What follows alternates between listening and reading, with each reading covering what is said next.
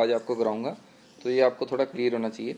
सबसे पहले ये जो हमारा है सोर्स है और ये उसके दो कोहेरेंट सोर्सेज हो गए, तो ये इसी के सब सोर्सेज हैं।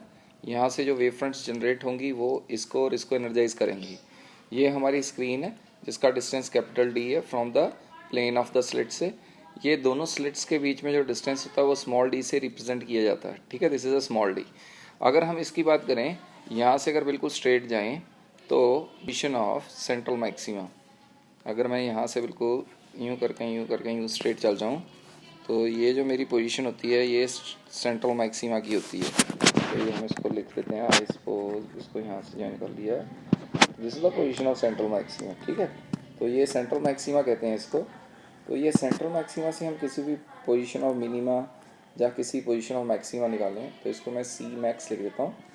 तो सबसे पहले हमारी जो वेव्स जनरेट होती हैं उसकी बात करें तो सपोज़ मैंने मान लिया जो वेव है यहाँ से यहाँ तक आई, इसको एनर्जाइज किया, और सिमिलरली यहाँ से लेके यहाँ तक वेव आई, यानी सोर्स एस से सोर्स S2 तक, तो इसको भी एनर्जाइज कर दिया, ठीक है। तो ये दोनों और हम कह सकते हैं स्लिट एनर्जाइज होगी। अब यहाँ से मैंने सपोज मान लिया एक ये कोई पॉइंट ले लिया, यहाँ से लेके यहाँ तक वेव आ गई और उसके बाद नीचे वाली सोर्स से भी वेव आई, और ये जो पॉइंट है हमने इस पॉइंट पे ले लिया इसको, ठीक है। Point P. अब हम पार्ट डिफरेंस निकालेंगे। तो पार्ट इसलिए पहले भी आपको मैंने बताया हुआ है कि आपने क्या करना है, आपने सिर्फ परपेंडिकुलर डालना है। तो परपेंडिकुलर पार्ट डिफरेंस दे देता है। सपोज मैंने क्या मान लिया, मैंने यहाँ से एक परपेंडिकुलर डाल दिया इधर S2P पे। तो ये जब परपेंडिकुलर डाल देते हैं तो हम ये मान लेते हैं, सपोज ये मैंने पॉइंट ले लिया E, मैं ये मानता हूँ अगर इसको परपेंडिकुलर डाला तो S1P is equal to EP। तो पार्ट डिफरेंस क्या होता है, path difference is S2P minus S1P, and S2P minus S1P की जगह लिख देंगे EP, means S2P minus EP, यानी this one is our path difference. अगर बोलें तो ये हमारा जो छोटा सा डिस्टेंस है ये हमारा पार्ट डिफरेंस हो गया, ठीक है। तो ये 90 डिग्री डाला हमने। तो अभी हम यहाँ से इसको ज्वाइन करते हैं। अगर मैं इस पॉइंट से इसको यूँ करके पॉइंट P को ज्वाइन कर दूँ तो हम इसको एंगुलर पोजीशन बोलते हैं। ये मैंने इसको इससे ज्वाइन कर दिया पॉइंट P से, तो this is our angular position. I suppose this angle is known as theta, this angle is theta, इसको मैंने थीटा बोल दिया। अगर ये थीटा होगा तो ध्यान से सोचो, अगर ये एंगल थीटा है तो ये एंगल भी कितना हो जाएगा, थीटा, ठीक है। तो ये आपको समझ में आना चाहिए, अगर ये एंगल थीटा है तो ये एंगल भी थीटा है। इसको आप खुद भी प्रूफ कर सकते हैं, वैसे तो मैं भी कर सकता हूँ।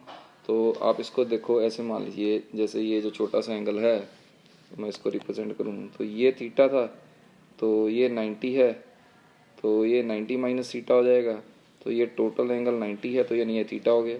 सब समझ में नहीं आया, दोबारा से देखो, ये एंगल थीटा है, ये 90 मान लिया, तो ये 90 माना, तो ये थीटा था, तो ये 90 है, तो यानी ये तीसरा एंगल छोटा सा 90 माइनस थीटा हो गया।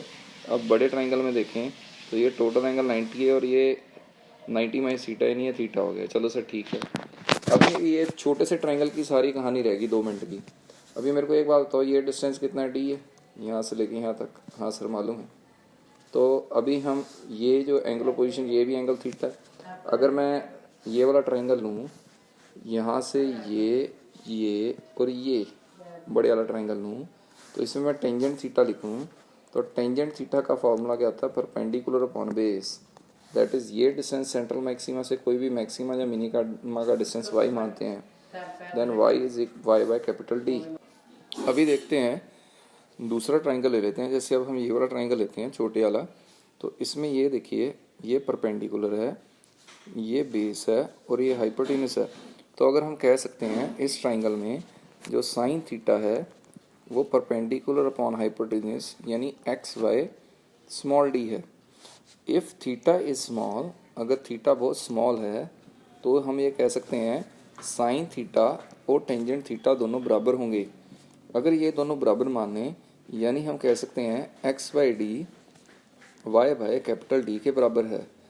तो ये जो मैंने ड्राइव किया है ये इतना ज़्यादा इम्पोर्टेंट है कि ये हमें मालूम भी नहीं है, ये कहीं जगह लग जाता है और हम ये भूल जाते हैं भी x बाय छोटा d y by capital D के बराबर है, वेयर x पावर डिफरेंस है और y position of any maxima और मिनिमा फ्रॉम सेंट्रल मैक्सिमा है।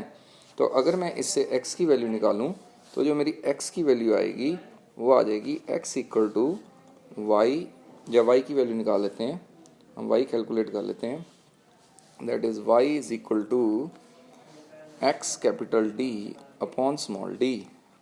अब हम मैक्सिमम की बात करें तो मैक्सिमम के केस में x n लैम्डा होता है, यानी हमारा y equal to n lambda d by D आ जाएगा। अगर हम मिनिमा की बात करें तो मिनिमम केस में x equal to 2n minus 1 lambda by 2 होता है।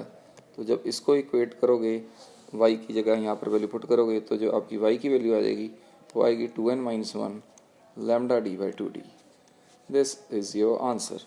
This is a good method to calculate the position of any maximum and minimum. Okay.